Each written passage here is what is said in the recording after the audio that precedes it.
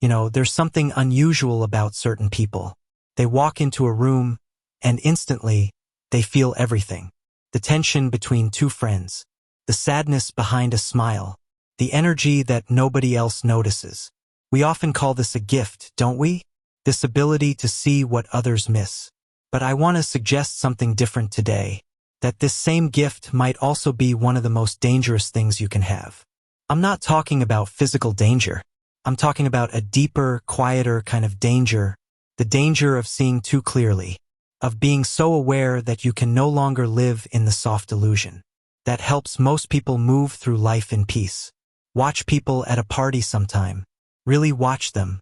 Everyone's playing a kind of social game. You ask someone how they're doing. They say, "I'm fine." You both pretend that's the truth.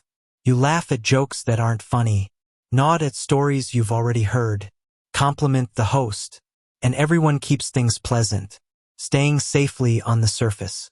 But then there's you, the one who sees through it all.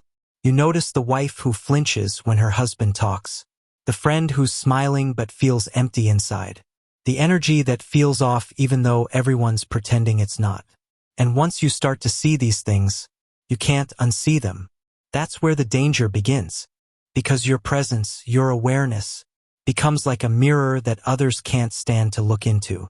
When you see what they try to ignore, you remind them of what they don't want to face. And people don't like that. Not because they're bad, but because your clarity threatens the system they depend on.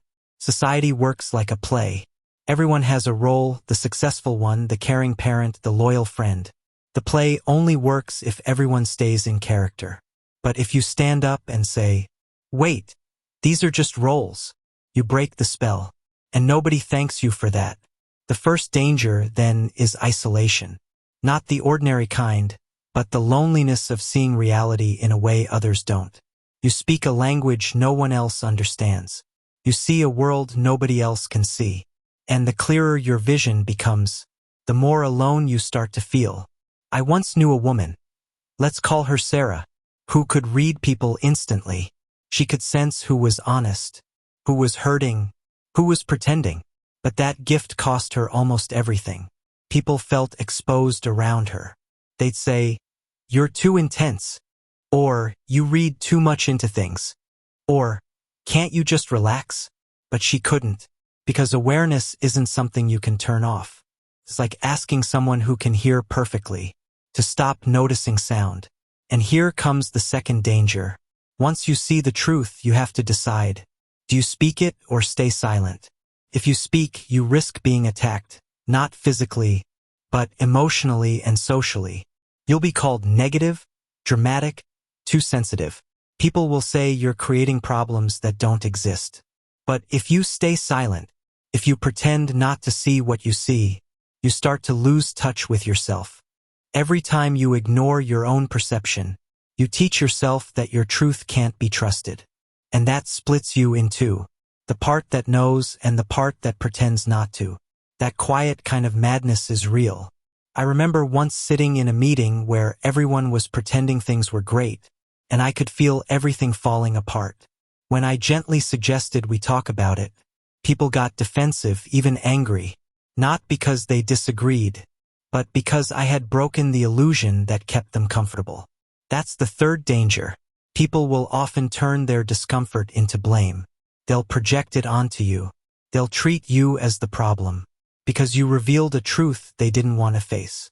You become too negative, too much, a troublemaker.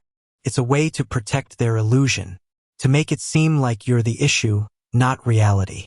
And then comes the fourth danger, maybe the worst one.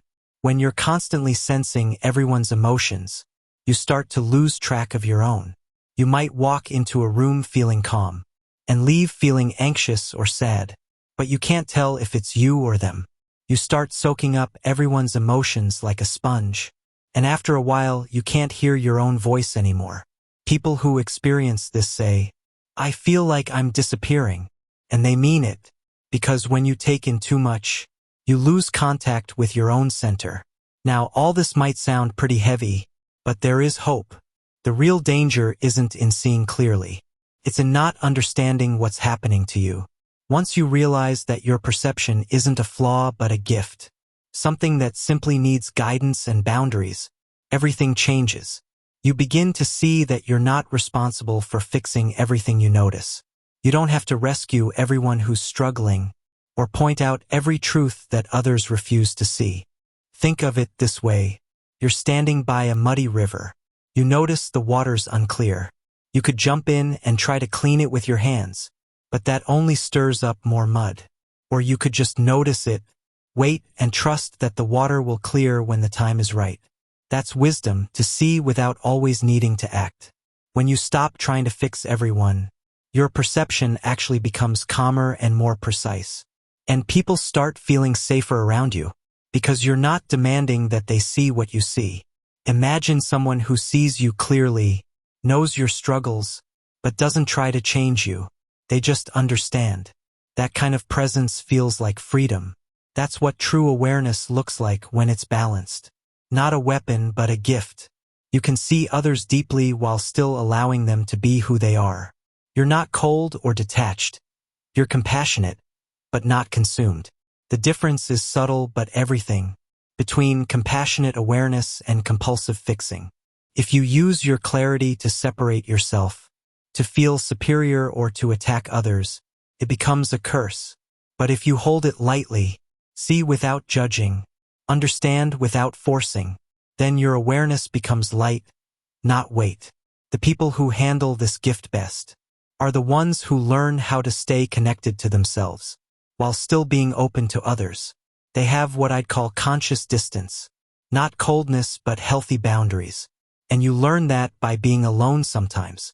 Not just physically, but emotionally and mentally alone. Let the noise settle, so you can feel which emotions are really yours, and which ones you've picked up from others. From there, trust your perception but don't be ruled by it.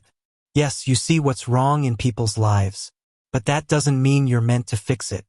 Sometimes, doing nothing is the wisest thing you can do, because people wake up when they're ready, not when you decide they should. So, in the end, yes, the danger of seeing what others don't is real. Can isolate you, exhaust you, even make you question your sanity. But it doesn't have to destroy you. If you learn to carry your awareness wisely, to see clearly without trying to control, to stay true to your perception without losing your peace, then this danger becomes something beautiful. The gift and the curse are the same thing. It's all in how you hold it. And maybe, just maybe, you'll meet others who see as you do, people who understand what it's like to live awake in a world that mostly sleeps. When that happens, you realize you were never truly alone. Because you're not crazy. You're not broken. You're simply awake. And somewhere out there, others are awake too. And together, quietly, patiently, you can hold space for the world to wake up, one small dawn at a time. That's the art of living with eyes wide open, in a world that prefers to keep them closed.